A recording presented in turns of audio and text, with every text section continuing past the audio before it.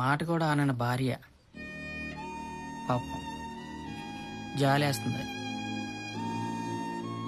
పైగా కూతురు. ఏదన్నా ఆళ్ళే అన్నా సరితా కనిపించకపోతే గుర్తు కూడా ఉండదు, కనిపిస్తేనే. మా అయ్య ఆస్తులు వేయలేదు కానీ ఆడబ్బా ఈ ఎదవ బలైన తోమటికి ఇచ్చిపోయాడు.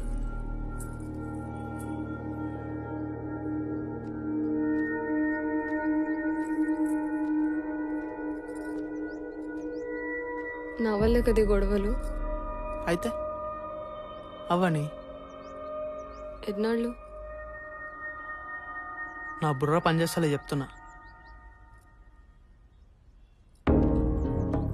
నీకోసం గొడవలేంది. అంత ఇష్టం ఉన్నప్పుడు పెళ్ళే చేసుకోవచ్చు కదా.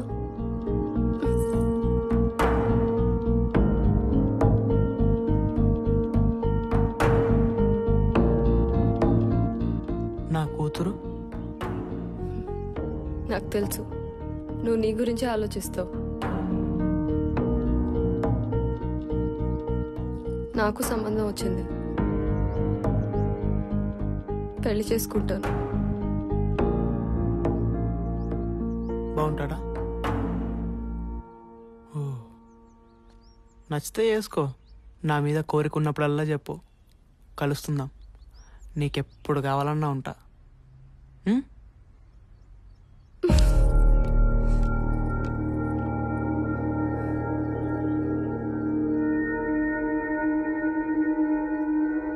ఇంకెప్పుడు నీకు కనిపించను.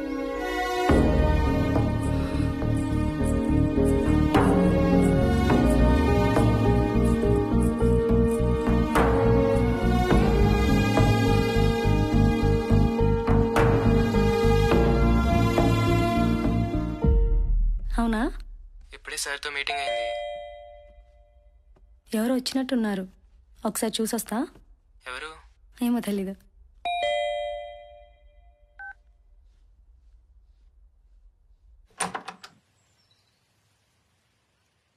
అయ్యో సారీ అమ్మా, మా మాధవ్ ఫ్లాట్ అనుకుని వచ్చాను. ఇది మాధవ్ ఫ్లాటేనండి.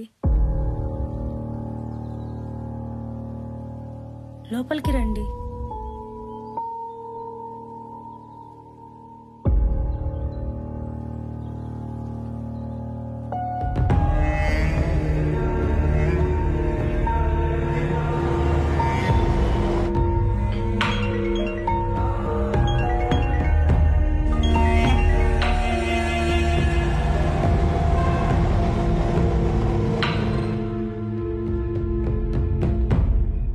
నానా,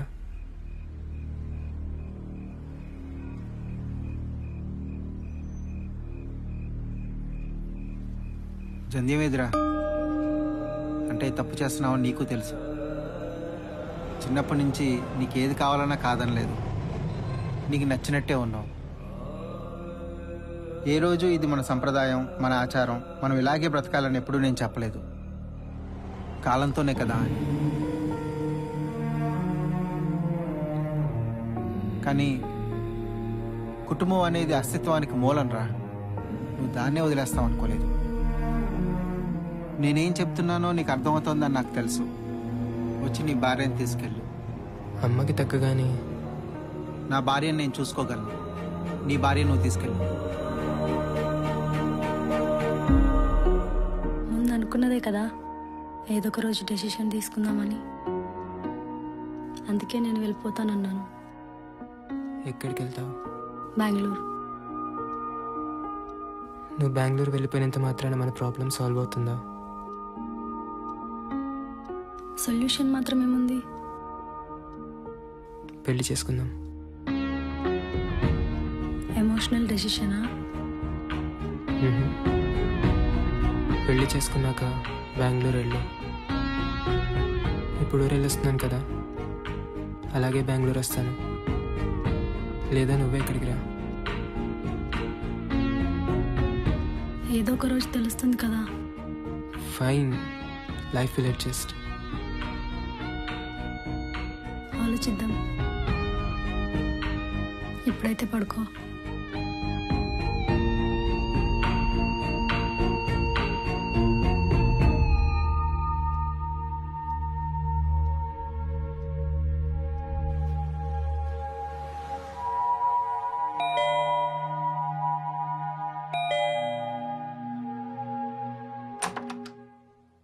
వాచ్మెన్ వైఫ్ మీ ఇంట్లో పనిచేస్తుందా? ఒకసారి కిందికి రండి.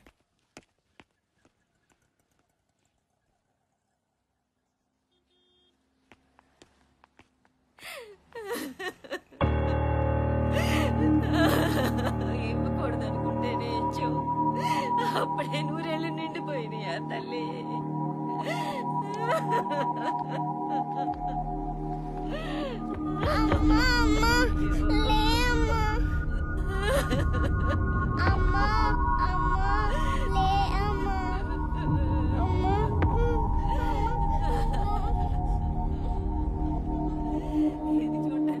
రాత్రి జరిగింది సార్.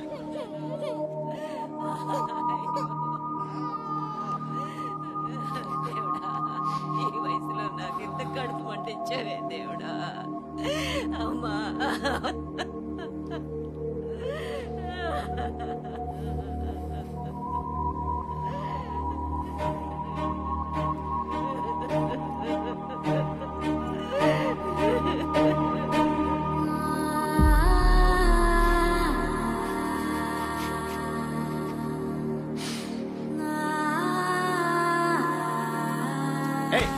నిన్ను ఎక్కడి నుంచో మన్నాను, నువ్వు ఎక్కడికి వచ్చావు?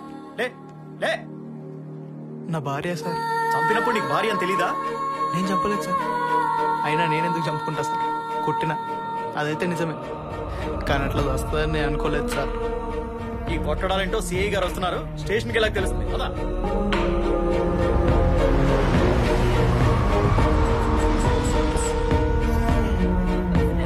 నన్ను చేసిపోయావే తల్లి.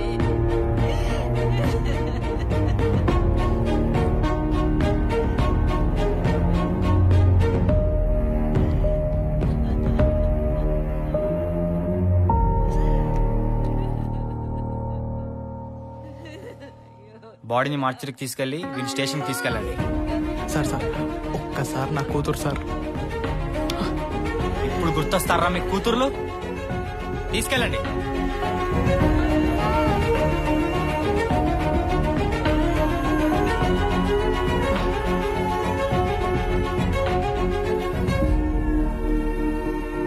పద. నాడు.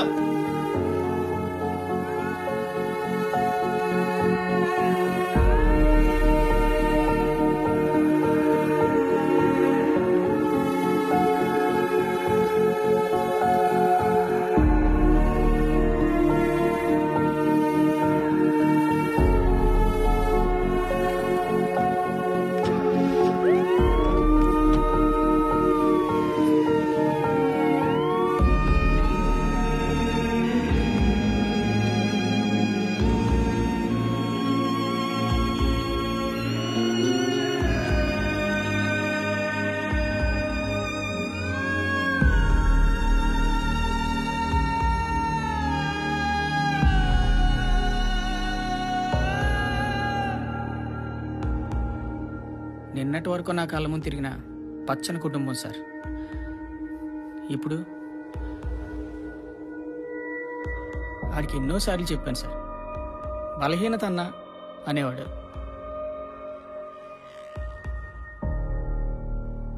మనిషి చాలా ముంచోడు సార్. ఏ అలవాటు లేదు, అవి బలహీనత తప్ప.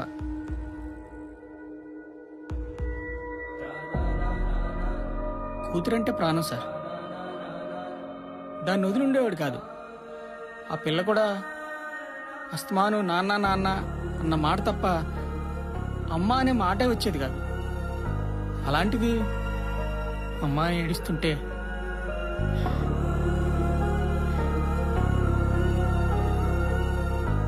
ఎవరు సార్ రేపే పిల్లకి? వాడు జైలుకి పోతాడు, తల్లి లేదు, అనాథగా. ఎందుకు సార్ ఈ అర్థం లేని జీవితాలు? ఛీ!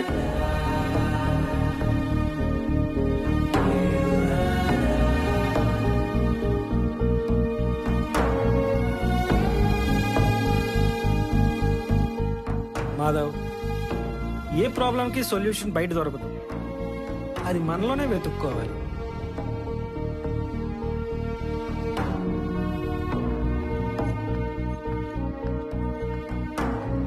పచ్చని కుటుంబం సార్.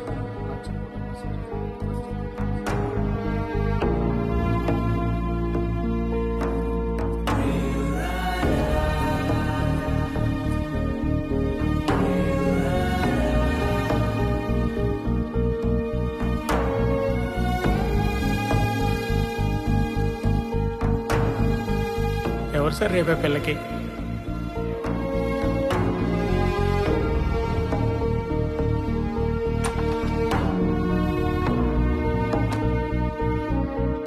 రా.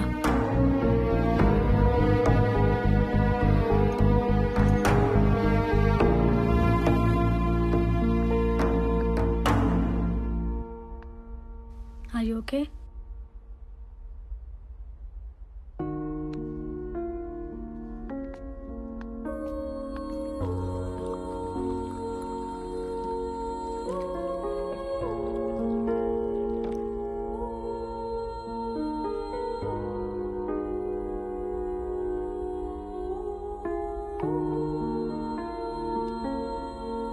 కాసేపు పడుకుంటావా?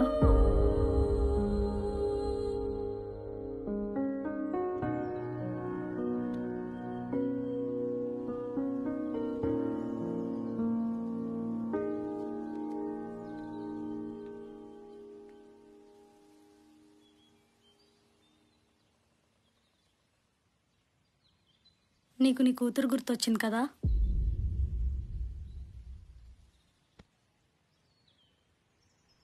నాకు 2 గుర్తొచ్చాయి మాధవ. ఒకటి నీ కూతురు, 2 నా చిన్నతనం. నాన్న గురించి నువ్వు అడిగినా చెప్పకపోవడానికి ఒక కారణం ఉంది. నేనంటూ ద్వేషించిన మనిషి ఎవరైనా ఉంటే అది ఆయనే.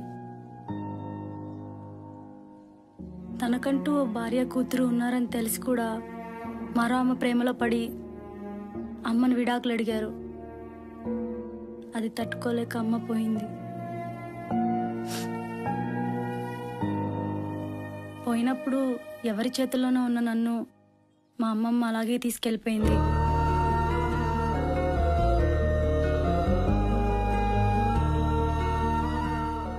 ఆ రోజు గుర్తుందా? చివరి క్షణాల్లో ఆవిడ నన్ను క్షమిస్తావా అని అడిగితే నాకు కనీసం మనసు కూడా రాలేదు. కానీ ఇప్పుడు నేను అదే స్థితిలో ఉన్నాను. ఏ తప్పు వల్ల నేను బాధపడ్డానో అదే తప్పు నేను చేస్తున్నాను మాధవ. ఎప్పుడన్నా గిల్టీగా అనిపించినా నీ మీద ఉన్న ఇష్టం దాన్ని కప్పేసేది. కొన్ని రోజులే కదా అనిపించేది. రేపు నీ కూతురు లైఫ్కి మీనింగ్ ఉండదు మాధవ. ఏ తప్పు వల్ల నేను బాధపడ్డానో ఆ తప్పు నా వల్ల జరగకూడదు. ఓ ప్రేమ కథ అయిపోయింది అనుకుందాం. మన వల్ల తప్పు జరగలేదనే ఆనందం మిగిలిపోతుంది. నేను వెళ్ళిపోతాను మాధవ.